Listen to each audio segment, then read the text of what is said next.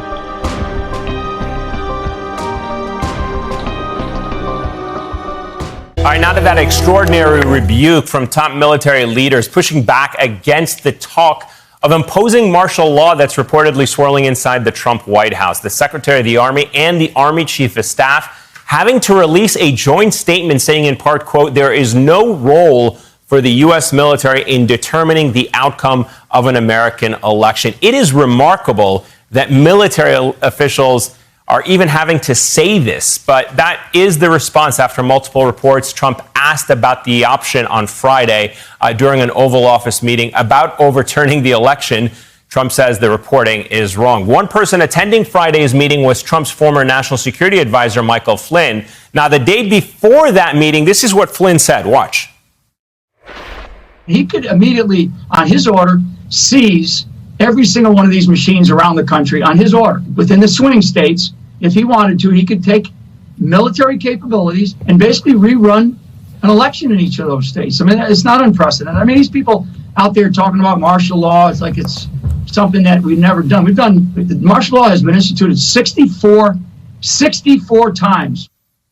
That is a former U.S. general calling for martial law to rerun an election in this country. Joining me now is retired Army General Barry McCaffrey, a former National Security Council member. Thank you so much, General McCaffrey, for joining us. I'm curious to get your thoughts, first of all. How alarming do you find this talk of martial law?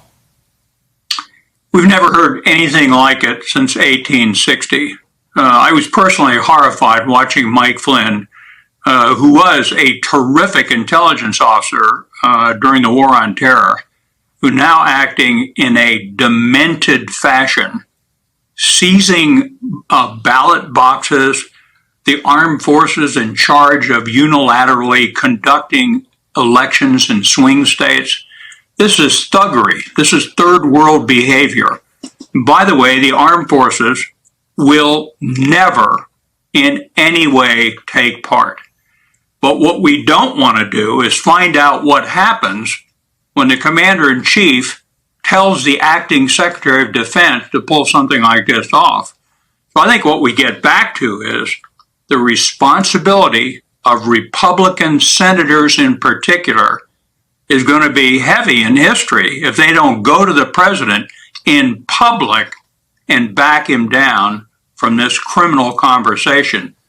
General, what do you think is the thinking right now among top military officials? I understand your point about they will never do this, but at the end of the day, what happens when given the order, as you mentioned, because they will be given the order and they will be then tormented between following an order they may think is illegal and having to resign. So what do you think they're thinking? Well, there'll be no torment whatsoever. If they get an order that is clearly illegal, they have lawyers, both military and civilian, who will rule on it. This would be patently unconstitutional. They simply won't do it. But then the question becomes, will the Congress get engaged? Will the Supreme Court get engaged?